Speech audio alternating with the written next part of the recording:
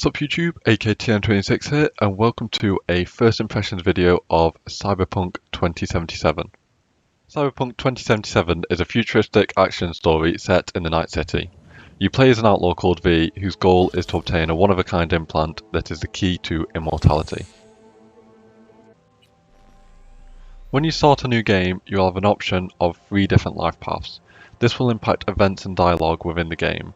The 3 options are Nomad, Street Kid, and Corpo.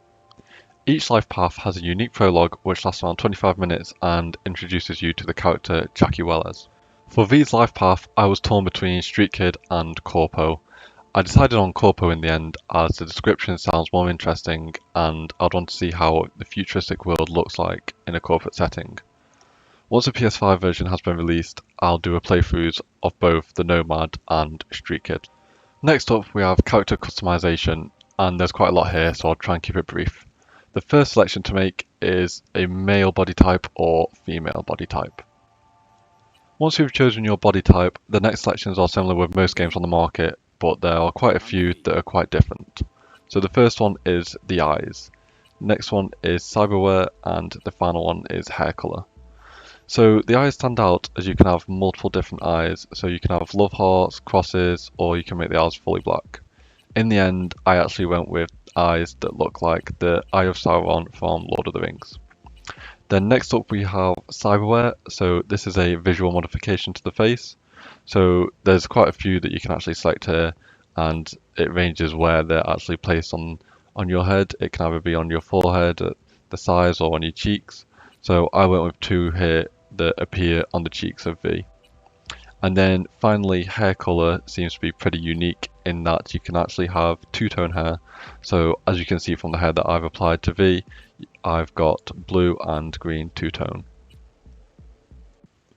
Another customizable option that stands out is the genitals. So you are able to select either male genitals or female genitals, and this doesn't depend on if you selected the male body type or the female body type.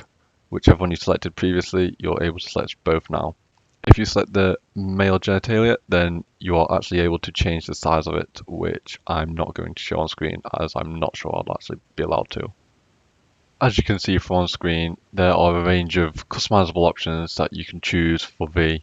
I think this is really good as when you do a role-playing game like this, you really do want to make the character your own, and having this many options allow you to make a unique character that does stand out from the rest in the Night City.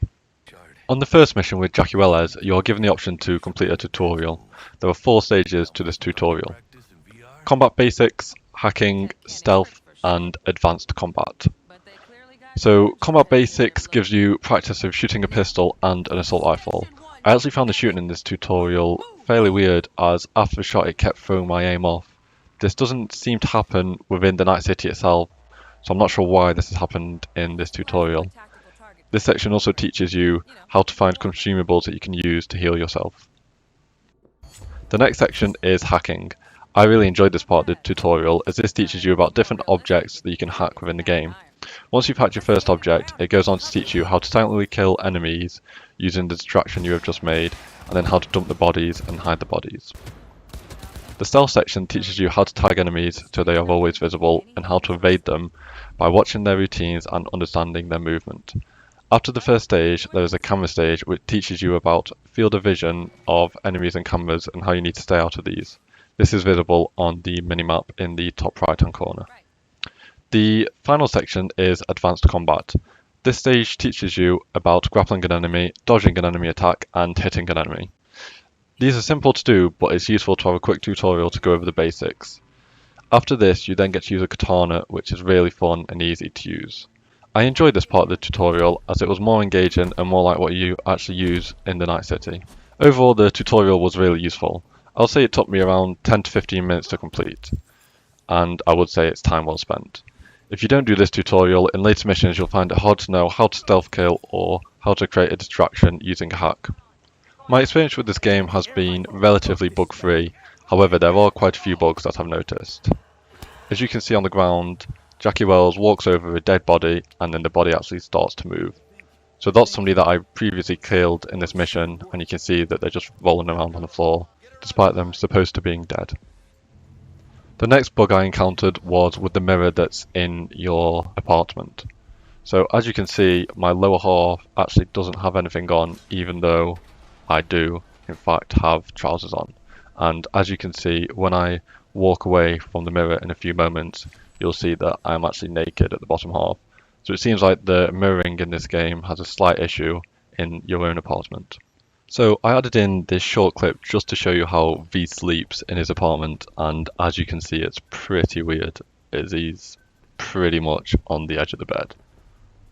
Honestly, no idea why they made him sleep like this. I think it's pretty funny. One thing that did really impress me within this game is the NPC tracking. So as you can see in this clip, I walk side to side of the person sat down, and his head actually moves to look at me both times. I think this is really impressive, as you don't see this in many games, as usually the NPCs are a lot more static, so this is a nice addition to the game. My first impressions of Cyberpunk 2077 are very positive. The Night City looks really good on PS5, with plenty of activities to complete throughout the city. Gameplay is fun and gives a good but enjoyable challenge. One aspect that doesn't seem amazing is the driving, but this might just be down to the cars that I've driven early on in this game. I've encountered a few bugs in this game, however I would certainly recommend picking this game up as it's been thoroughly enjoyable so far. Hopefully you enjoyed this video. If you did, hit that like button, make sure to subscribe and enable notifications so you don't miss any next generation content in the future.